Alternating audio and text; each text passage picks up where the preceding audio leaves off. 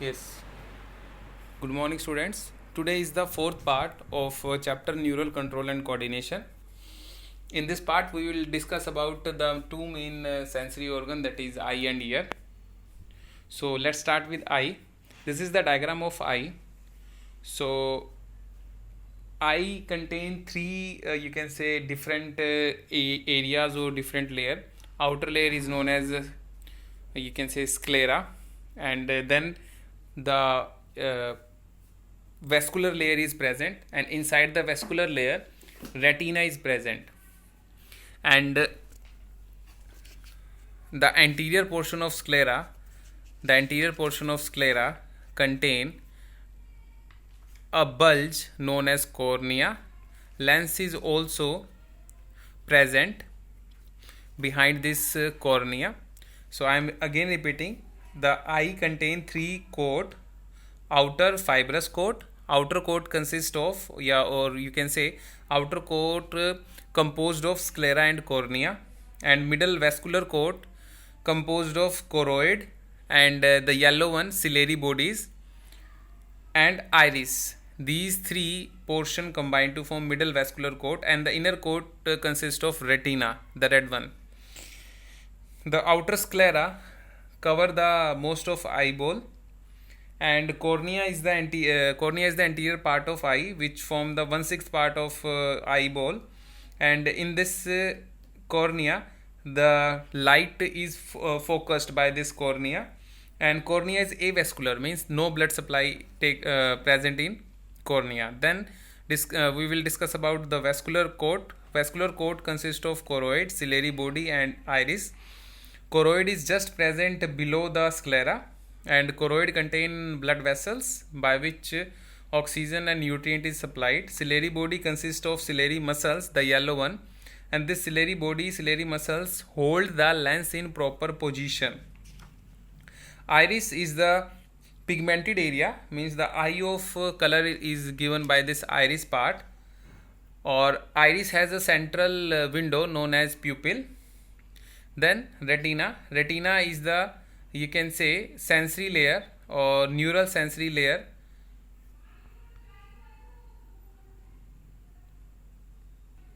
Retina consists of rods and cones, means two photosensitive cells are present, rods and cones, and this rods and cones help for the vision. Generally the rods help in the vision in night, and cones help in the vision in daytime, means the daylight is received by cone cells and rod cells, darkness vision will take place. And in retina, depression is present known as macula, and it is a area which has the sharpest image, and a blind spot is also present by which the optic nerve exit from the eye. And eyeball contain two fluid, vitreous humor and aqueous humor. Cornea and lens contain aqueous humor, and lens and retina contain vitreous humor. Next, this is the cross section of retina. Retina contain, this is already explained, retina contain the ganglion, axon, and the bipolar neuron and the receptor cells, the rods and cones, which receive the message, or you can say which perceive the light. This is the close-up view of retina. You can see light comes from lower direction, and it will strike the inner limiting membrane, and this membrane will generate the potential, and it will travel towards the rods and cone cells, the elongated one, the color one, rods and cones, and by which this rods and cones form the image.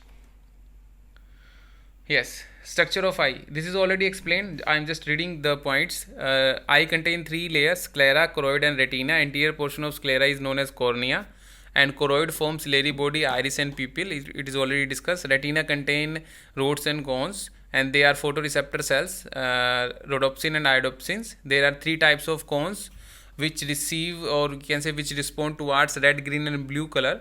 Blind spot is the area by which or through which optic nerve exit from the eye, and fovea is present in yellowish pigmented spot called as macula lutea. Fovea contain only cones, so visual activity is high in this area. Aqueous chamber contain aqueous humor, and vitreous chamber contain vitreous humor. Next, mechanism of vision. So when the light rays enter cornea and lens, so light rays enter from cornea towards lens, and then this light will strike to the retina portion, and in retina it will generate the impulse in rods and cones, or you can say it will generate a message in photosensitive pigment area. Then the photosensitive pigment get dissociated into opsin, and it will cause the change in the permeability of membrane, and then the message is generated in photoreceptor cells, and action potential is generated in the neuron, or you can say bipolar cell present just below the retina, and this message is received by this neuron and further transmit towards the optic nerve, and this message from optic nerve will enter the visual cortex or area of brain, and it will form the image based on the earlier memory or earlier experience. Next, ear. Now ear is also a main sensory organ of our body. It help in hearing and it help in maintenance of body balance.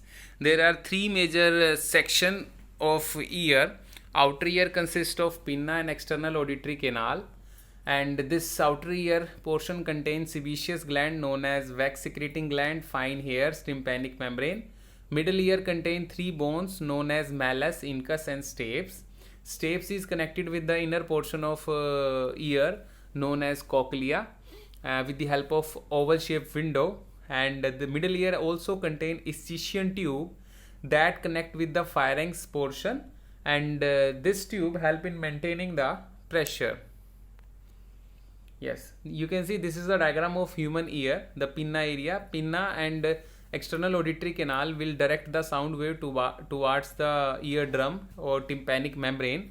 Tympanic membrane oscillate, and this oscillation is received by three bone malleus, incus and stapes, which further connected with the inner ear. Ischion tube help in maintaining the pressure or air pressure, and inner ear contain three semicircular canals and cochlea portion, and by which the vestibular nerve and auditory nerves attach, and it will further move to auditory area of brain.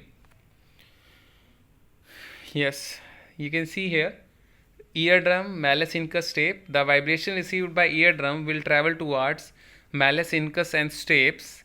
The sound wave will amplify near about 20 times, and this waves will travel towards the oval window, and it will enter the inner ear area.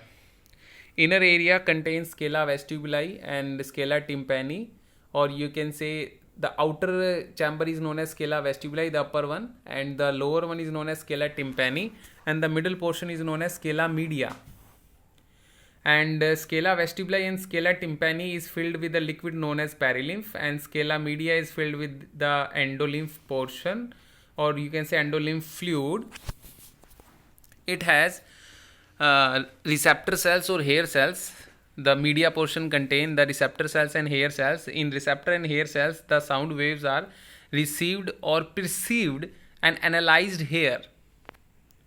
Yes, inner ear called as labyrinth consists of two parts, bony and membranous labyrinth. Fluid are endolymph and perilymph, means there are two fluid, endo and perilymph. Coiled portion of labyrinth is called as cochlea.